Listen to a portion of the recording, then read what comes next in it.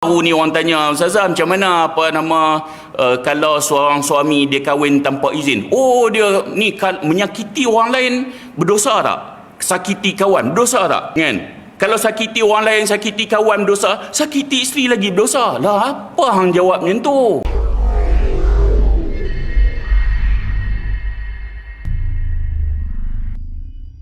Saya duduk dalam pertubuhan poligami harmoni Malaysia.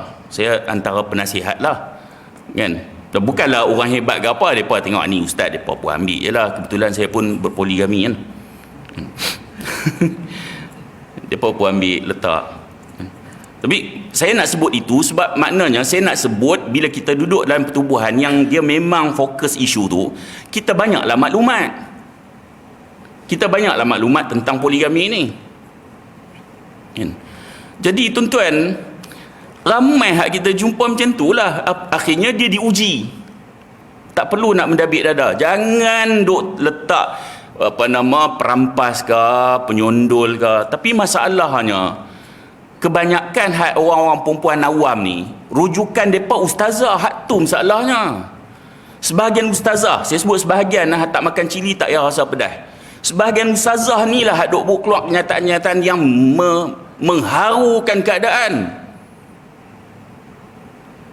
Ada baru ni orang tanya, Ustazah macam mana kalau seorang suami dia kahwin tanpa izin? Oh, dia ni menyakiti orang lain berdosa tak? Sakiti kawan berdosa tak? Kan? Kalau sakiti orang lain, sakiti kawan berdosa, sakiti isteri lagi berdosa. Lah apa hang jawab macam tu? Pertama sekali perlu perbetulkan soalan tu. Tak, suami nak menikah lain perlu izin isteri tak? Tak perlu. Hak tu kena bagi faham. Saya nak menikah dulu, nak berpoligami, saya abang pada isteri saya, abang kalau nak kahwin, abang kahwin. Tak ada istilah, oh saya tak izin, saya tak mau. Hang mau ke tak mau, aku nak kahwin, aku kahwin. Tak ada lah saya sebut aku. Tapi nak cerita, nak sampaikan bagi faham, kan? Ni sebahagian orang, abang nak kahwin, tak mau. Tak mau apa? Aku nak kahwin ikut suka aku lah. Dah aku rasa aku adil, mampu. Kahwin lah. Tak perlu izin pun. Saya bukan nak menggalakkan poligami, tak. Tapi nak cerita yang hukum dulu, nak bagi orang faham. Sebab ramai orang ni tanpa restu isteri, tanpa restu mak mertua, mai kok mana restu-restu ni? Restu-restu ni mai kok mana? Menyakiti isteri lah. Hang dah sakit hati, benda aku buat benda yang harus. Hang sakit hati tu masalah hang, bukan masalah aku. Hang yang bermasalah. Dia kata kalau menyakiti kawan berdosa, tengoklah menyakiti sebab apa. Kawan dia beli kereta baru, tiba-tiba dia sakit hati, kereta baru. Siapa yang masalah? Kawan dia beli kereta kan? Hang masalah. Hang lah masalah, hati hang ada penyakit, kan?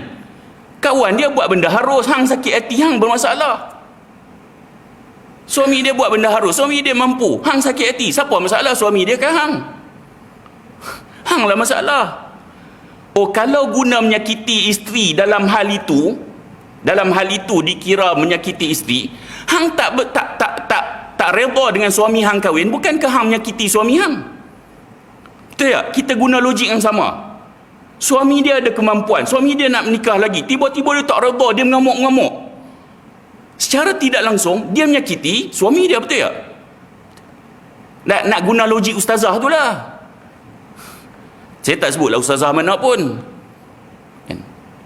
Kalau guna logik yang sama, isteri tak bolehlah minta cerai, mohon fasakh di mahkamah sebab akan menyakiti suami. Guna logik dia. Apa hukum agama main logik macam tu? Kalau dikira menyakiti perasaan isteri, saya nak bawa main ni surah At-Tahrim juzuk ke-28 ayat yang pertama.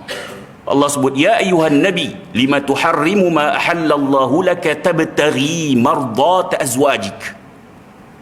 Tuan-tuan buka ayat pertama surah At-Tahrim juzuk ke-28. Allah tegur Nabi, wahai Nabi, kenapa ya ayuhan Nabi, lima tuharrimu ma halallahu lak, kenapa kamu haramkan sesuatu yang Allah telah halalkan pada kamu? Sababun nuzul, dia ada beberapa riwayat. Saya mengambil dua riwayat yang sahih yang disebut oleh Ibnu Kathir dalam mentafsirkan ayat ni. Riwayat yang pertama, kisah tentang Sayyidatina Hafsah dan Sayyidatina Aisyah berpakat. Mereka ni cemburu dengan salah seorang isteri Nabi, yang dalam riwayat menyatakan dia adalah Zainab binti Jahash. Jadi bila Nabi pi rumah Zainab dah, kan, selalu Nabi makan madu kat rumah Zainab ni. So Aisyah dengan Hafsah ni mereka baik. Sebab kan ayah dia Sayyidina Abu Bakar dengan Sayyidina Umar, mereka memang baik. Jadi apa pakat, bila Nabi balik rumah kita je, kita kata mulut bau tak best, bau marafir. Marafir ni dia sejenis makanan, dan bau dia tak berapa syok. Kira kalau kat Malaysia ni kira mungkin kita sebut petai lah kot. Nah, lebih kurang petai lah. Jadi Rasulullah balik rumah Aisyah, Aisyah tak, apa bau marafir ni? Bau tak syok ah. Nabi jaga penampilan. Sebab tu bila Nabi balik rumah, perkara pertama yang Nabi buat adalah sugi. Nabi bersihkan gigi dia. Sebab Nabi nak penampilan yang isteri dia kalau bau pada Nabi, bau yang menarik. Bahkan pernah Nabi minang seorang wanita, Nabi suruh hantar wakil, Nabi suruh cium bau mulut dia dan tengok dia punya tumit kaki dia. Nak pergi minang perempuan tu, Nabi suruh, Nabi dah ada isteri masa tu. Nabi suruh wakil pergi cium bau mulut dia, ni jenis pengotok ke, bau mulut, bau apa kan. Nabi macam tu. Jadi Aisyah dengan Hafsah ni dia tahu Nabi macam tu. Jadi apa bau marafir ni? Bau tak best.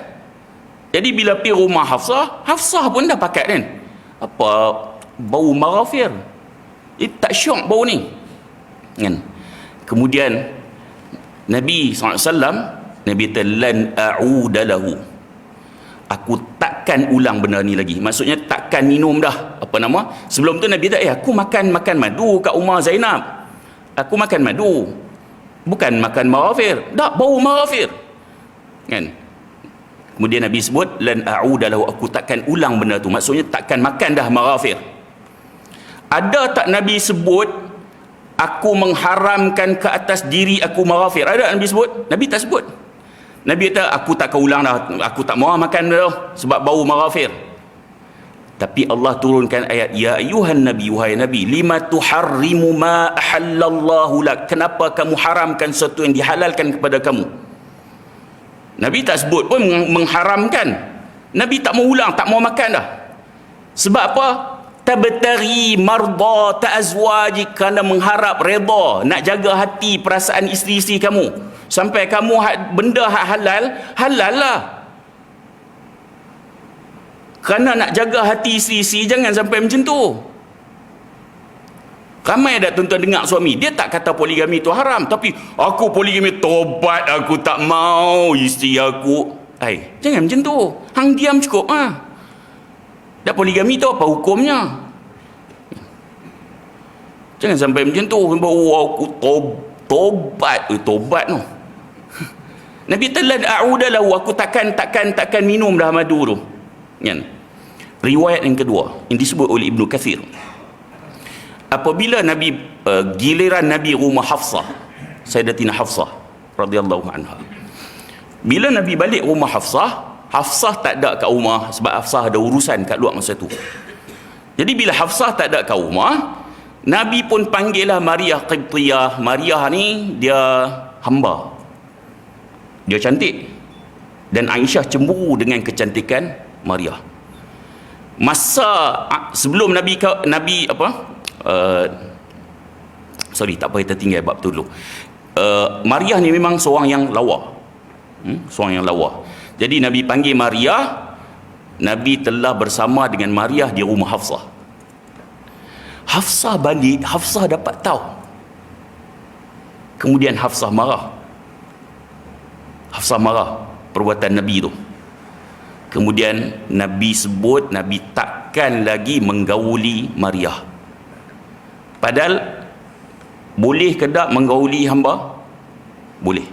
Nabi kata, aku takkan menggauli mariah dah. Benda tu harus, jangan sampai takkan Allah turunkan ayat ni.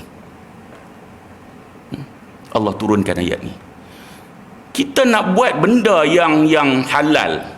Ni duk jaga perasaan isteri ni yang ustazah menyakiti. Allah tegur dah ni. Allah tegur dah Nabi, jangan tabtari mardat azwaji, kerana mengharap redha, kerana mengharap ni duk jaga hati isteri kamu. Tuan-tuan, saya selalu sebut, kita dengan contohlah dalam hubungan rumah tangga ni, saya bukan suami yang perfect, tak. Saya banyak kesalahan. Tapi kalau kita ikut Nabi, kalau ikut sebahagian penceramah hanya duk sebut benda-benda romantik Nabi main kejak-kejak, betul lah benda tu, tapi dalam beberapa hal benda tu perlu diikutlah dalam beberapa hal. Tapi nak kena tengok konteks. Nabi main kejak-kejak dengan siapa?